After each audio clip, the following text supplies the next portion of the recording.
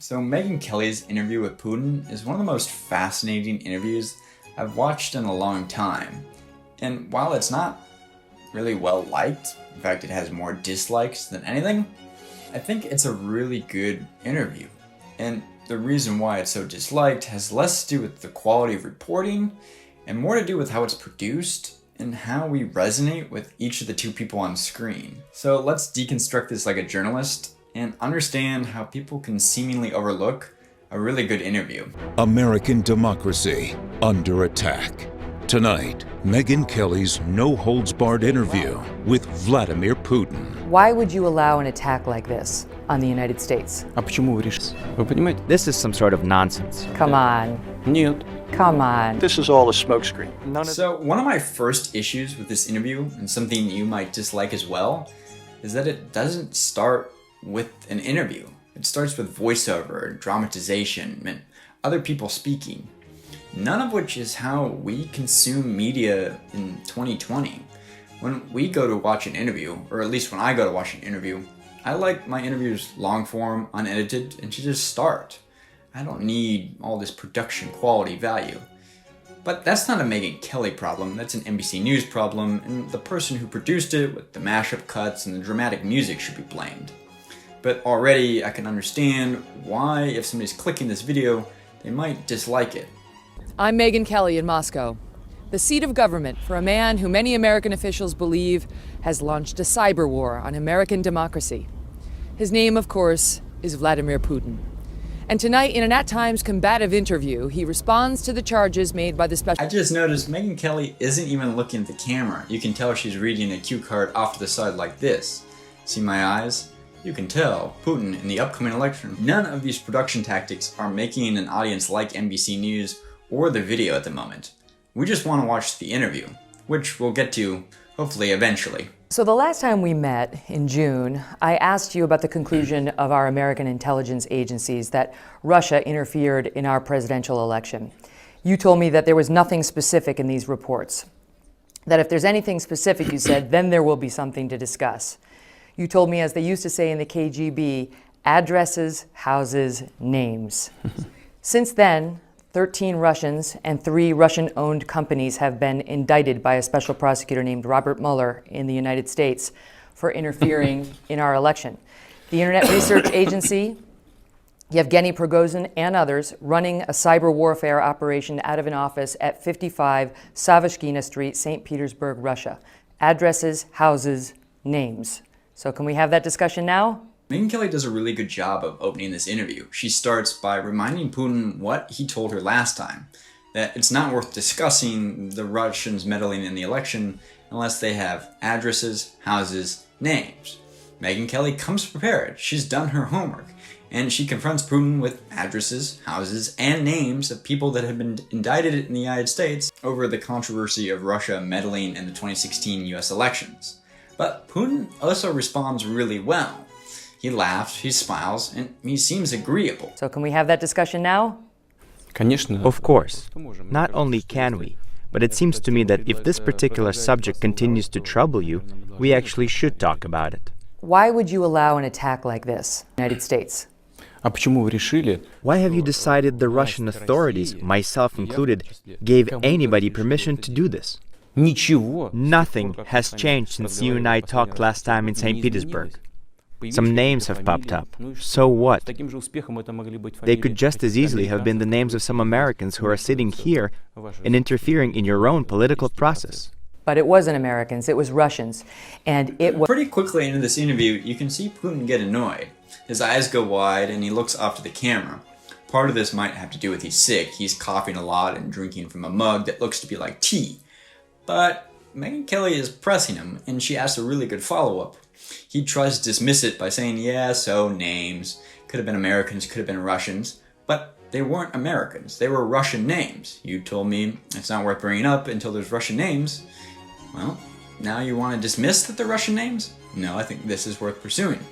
This is good journalism. This is good reporting, and this is hard to do when you're face to face with the president of Russia. And you can tell, I don't care how biased you may be, the preciseness of Megyn Kelly's questions get to Putin. He looks annoyed, which is one of the main tenets of journalism. holding power and subjects accountable for what they said in the past. In your own political process. But it wasn't Americans, it was Russians. And it was hundreds of people, a monthly budget of $1.25 million, all designed to attack the United States in a cyber warfare campaign. You're up for re-election right now. Should the Russian people be concerned that you had no idea this was going on in your own country, in your own hometown? Listen, the world is very large and very diverse, and there is a fairly complicated relationship between the United States and the Russian Federation. And some of our people have their own opinion about this relationship. You mentioned a number of names, some individuals, and you're telling me that they're Russians. So what? Do you condone these activities? No. Putin keeps trying to dismiss Megyn Kelly not by refuting her claims or the evidence, but by simply saying, so what? Not that she's inaccurate or even wrong, but that it doesn't matter. So what? But could you imagine George Bush or Obama or even Trump or Boris Johnson saying so what to an American journalist who has pretty damning evidence that some of our citizens have interfered with millions of dollars in a foreign election? That's a hard stretch for even me to imagine. So what is a particularly weak answer, even for Donald Trump, but especially for Putin, who's known for his quips, one-liners, and witty comebacks. We don't encourage them and we don't order them. But what I'm saying is that individuals could have used certain tools in other countries. They could have sent relevant information from France, from Germany, from Asia, from Russia. What does it have to do with us? So it wasn't the Russians. Okay, fine, Russians. This is another good follow-up by Megn Kelly, saying, well, wait, so they weren't Russians? Is that what you were saying? And Putin is forced to concede, okay, yeah, they were Russians. He keeps trying to shift the subject away from the fact they're Russians, but Megn Kelly won't let it go. And this is good reporting, and you can tell it's getting under Putin's skin. What if they're Russians? There are 146 million Russians, so what? So what is he doing about it? If the 13 Russian nationals plus 3 Russian companies did in fact interfere in our elections, is that okay with you?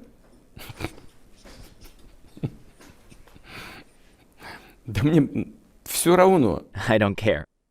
I couldn't care less, because they don't represent. You couldn't care less. They do not represent the government. I could not care less. They do not represent the interests of the Russian state. Maybe they're not even Russians. Maybe they're Ukrainians, Tatars, Jews, just with Russian citizenship. Even that needs to be checked. Maybe they have... So I want to interrupt the interview right here because this is really important. One, Megn Kelly is near something that's true. Otherwise, Putin wouldn't be so defensive about it. Secondly, the Russian issue. He keeps wanting to claim they weren't Russians. And then when forced to acknowledge they are Russians, he then says, well, they could be Tatars or Jews, as if this trumps their Russian nationality, and that Jewish Russians or Tatar Russians aren't real Russians. Maybe they're not even Russians. Maybe they're Ukrainians, Tatars, Jews, just with Russian citizenship. That's quite an extraordinary statement for the president of Russia to make, and kind of, in my mind, reveals his true colors and his true thoughts about perhaps what makes a real Russian a real Russian. Could you imagine even Trump saying, well, maybe they weren't Americans, maybe they were Jewish Americans or Mexican Americans, that has to be looked into, as if that would change the facts of the circumstances, as if somehow making them Jewish American or Mexican American or Asian American would make it less American, less of our responsibility if Americans did something wrong. That's a very fascinating response. Maybe they have dual citizenship, or maybe a green card. Maybe it was the Americans who paid them for this work. How do you know? I don't know. Earlier, I asked Mr. Putin if he was investigating the attack. What have you done to satisfy yourself that the 13 Russian nationals who have just been indicted, those 3 Russian companies, were not behind this? This has caused an international incident. I know that they do not represent the Russian state, the Russian authorities. Will you extradite them to the United States? Never. Russia does not extradite its citizens to anyone, just like the United States. Does the United States extradite its citizens to anyone? That's for starters. Second, I do not see that they did something illegal. To me, this is another interesting moment because Putin kind of subtly admits they were Russians, but even still, they didn't do anything illegal. They weren't acting with authority from the state, therefore, there's nothing worth prosecuting. They're just individual Russians doing as they please. Already, Megyn Kelly has kind of tacitly gotten Putin to admit that there were Russians interfering with the US election. They may have not been state-sponsored activities, but they were at least Russian activities, and maybe Putin was even aware of them. He seems to be aware of them enough to know that they're not illegal. You've stated explicitly you believe that America interfered in Russian elections, right? It does so constantly. But Russia did not interfere in America's election. No, nor does it intend to. It's impossible to do. Why not? Why not? Why wouldn't you? First of all, we have our own principles, which consist of not allowing anyone to interfere in our internal affairs, and we do not get into the affairs of others. Those are our principles. Come on. Come on. You told me just yesterday, because we were amping up our missile defense systems, you had to respond in kind with increased nuclear technology. Now you want me to believe that we attack your Russian elections and you say, we're going to take the high road. We're not talking about missiles here. This is an entirely different area. Cyber warfare. This isn't any kind of cyber warfare. And we don't have the tools that you have. We don't have the global media that you have. We have only Russia Today. And even that you declared... You have cyber tools. You keep interrupting me. That's not polite. I know I've been saying this a lot, but this is another great question by Megyn Kelly, saying, listen, off record, yesterday you said that Americans are building up their missile defense system. We have to build up our missile defense system. We keep up with whatever you guys do. So why would it not apply to elections? Why would it not apply to cyber warfare? At which point then Putin claims that his country doesn't have the technology, which is an odd defense considering he's always in front of RT or doing interviews where he's talking about the latest military technologies, both in terms of ground, navy, air, and cyber warfare. I'm not saying Putin is necessarily lying. The United States might have more advanced cyber warfare technology than the Russians, but I don't think it's unreasonable to conclude that Putin might be misleading us here as well, or at least not telling Megyn Kelly the whole truth. But that's also part of an interview. Sometimes things don't have to be explicitly stated for an audience or a viewer to pick up on what's being said. The subtext of an interview can be just as important as what's verbalized. And what's not being verbalized but shown is that Putin is, one, obviously annoyed and angered by Megyn Kelly's line of questioning, and two, constantly wants to shift the topic away from her precise questions. The Mueller indictment is very specific about what the Russians were doing. There is a specific email, a damning email, that is cited therein by a female Russian who appears to have been caught red-handed. She says as follows, "We had a slight crisis here at work. The FBI busted our activity. Not a joke. So I got preoccupied with covering tracks together with the colleagues. I created all these pictures and posts, and the Americans believed that it was written by their people. And now you want to sit here and say you don't have the tools to do it, that we have the market on cyber interference? That's just not true." I don't even understand what you're talking about right now. You know, this is some sort of nonsense. As our exchange grew more intense, I asked him about Russian corruption, chemical weapons, and Mr. Putin's personal connection to it all. Coming up, the man they call Putin's cook. Is he cooking up trouble? Some people say his real job is to do your dirty work. Mr. Putin does know at least one of the Russians named in the indictment. According to Mueller, this man, Yevgeny Prigozhin, helped bankroll the cyber operation used to interfere in the 2016 election. Prigozhin is a powerful Russian oligarch whose close association with the Russian president has earned him a nickname, Putin's cook. I keep finding these voiceovers that are randomly inserted throughout the interview kind of long and tedious, so I'm gonna just edit around them in the future. One of your good friends is actually accused of helping conduct this. His name is Yevgeny Prigozhin. You know him? I know that person, but I wouldn't consider him one of my friends. This is just twisting the facts around. He is a businessman. He is involved in the restaurant business and some other business. But he is not a government official. We don't have anything to do with him. After you heard that he had been indicted, did you pick up the phone and call him? Like I have nothing better to do. I've got so many things to do and so many problems. He's your friend. He's just been indicted. Didn't you hear what I said? He's not a friend of mine. I do know this person, but I wouldn't list him among my friends. Wasn't I clear? I interrupt here because it might seem like Megyn Kelly's line of questioning is kind of dumb, and that Putin is fair to respond with, "Aren't you listening?" But as a journalist in broadcast television, it's not that Megyn Kelly isn't listening, she's trying to trap Putin into admitting more than he wants to admit, or revealing perhaps information we don't already know. She's testing the waters, seeing if he can change his story, even occasionally from the last time he gave it. Yes, he acknowledges he knows of the person, but they're not friends. Megyn Kelly is simply trying to push back and see if he will admit that perhaps he knows him a little more than he's letting on. She's listening, she's just being deliberately obstinate. Once again, part of her job. Sometimes it's rewarded, but other times you just look obstinate or like you're not really listening to the subject's answers.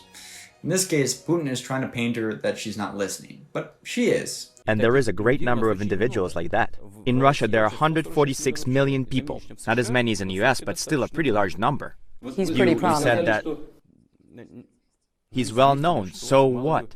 There are plenty of well-known people in Russia. He's not a public official. He's not a government employee. He's just a private individual, a businessman. Some people say his real job is to do your dirty work. Who are these people? And what dirty work? This is a good answer by Putin. It's a dirty old trick that journalists use all the time. People are saying, or we've heard that you're doing X or Y. Who said that? Who told you that? People? What people? Because often journalists haven't heard that, or people is just a stand-in for a bluff. Sometimes journalists are like police.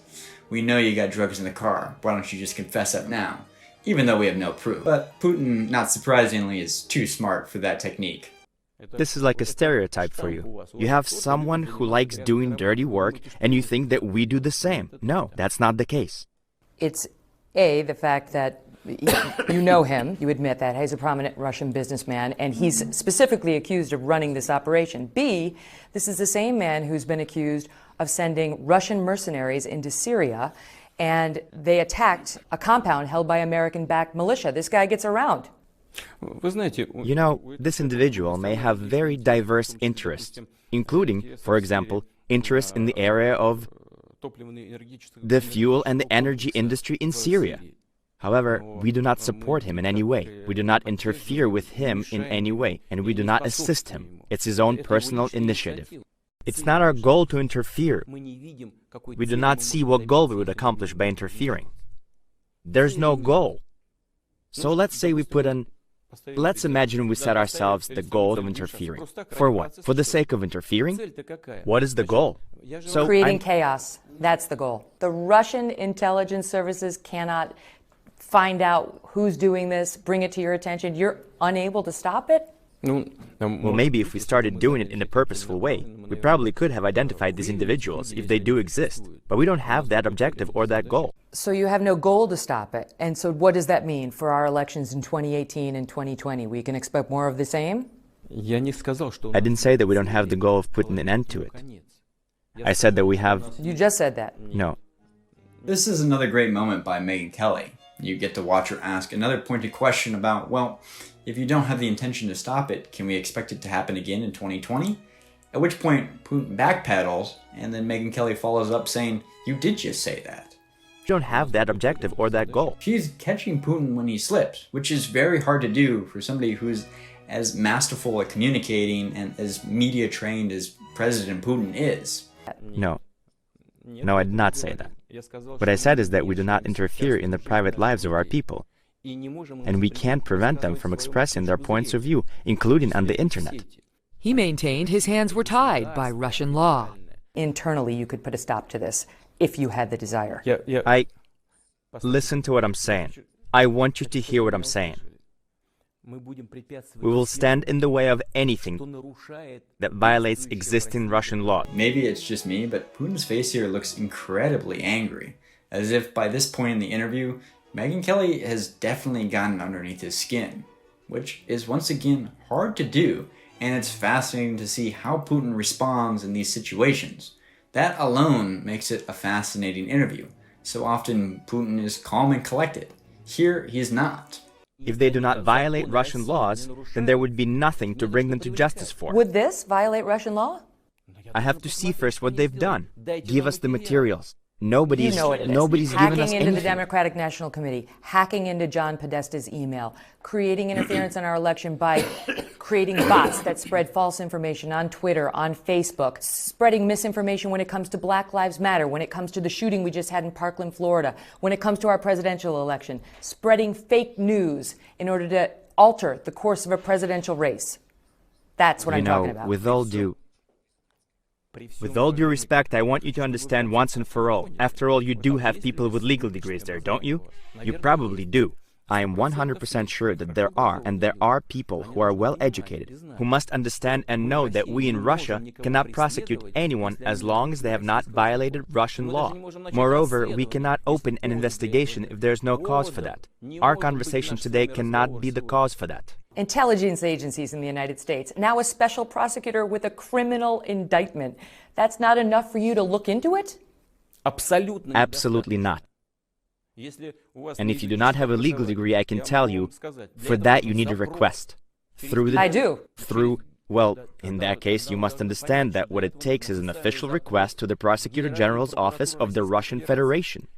And even then, we don't have an agreement with you whereby we could act. But at least send us a piece of paper. Vladimir Putin could not order an investigation into whether this was done in a way that undermines its relations with a major partner, the United States of America. Give us a document. Give us an official request. And we'll take a look at it. You said that the last time, and now I'm back with an indictment. And now, the same this year. And now... Here we see Putin almost lost for words, which is quite rare and stunning to my mind. In fact, it's probably the most dramatic I've seen Putin respond since the Kursk interview in 2000, when one of the mothers who lost a son was sedated with a needle by a Russian official on public television.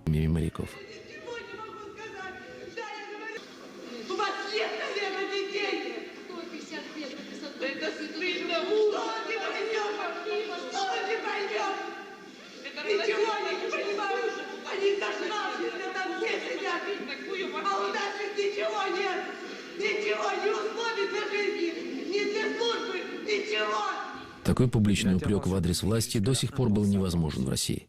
К женщине подходит медсестра с сильнейшим успокоительным уколом. Она теряет сознание и падает в их руки. That's not enough for you to look into it? Absolutely not. And if you do not have a legal degree, I can tell you, for that you need a request. I do. Well, in that case, you must understand that what it takes is an official request to the Prosecutor General's office of the Russian Federation. And even then, we don't have an agreement with you whereby we could act. Anyway, the interview continues like this for 2 more parts, heavily edited with voiceovers and extra voices of authority, all of which I think actually detracts from the interview and doesn't contribute to it. But at its heart, it's a good interview, and I think it reveals Putin in a way we don't often see. And I think part of the issue may indeed be the popularity of Putin compared to Megyn Kelly. Megyn Kelly is sometimes a highly unpopular figure, having recently come from Fox News, where she was heavily polarized, to now being on NBC. Putin is charismatic, and while I think it's too simple to say it's misogynistic, if we imagine a man asking the exact same questions Megyn Kelly asked, in the exact same tone, I think we would have responded much more positively, collectively, than we did when it was Megyn Kelly asking the questions. Anyway, let me know what you guys think down in the comments. If you like this video, leave a like. If you dislike this video, leave a like. Do you think it's still a quality interview despite the wonky production and the fact that maybe too many people rushed to dislike the interview because they just disliked Megyn Kelly at the time? I'm curious what your guys' thoughts are.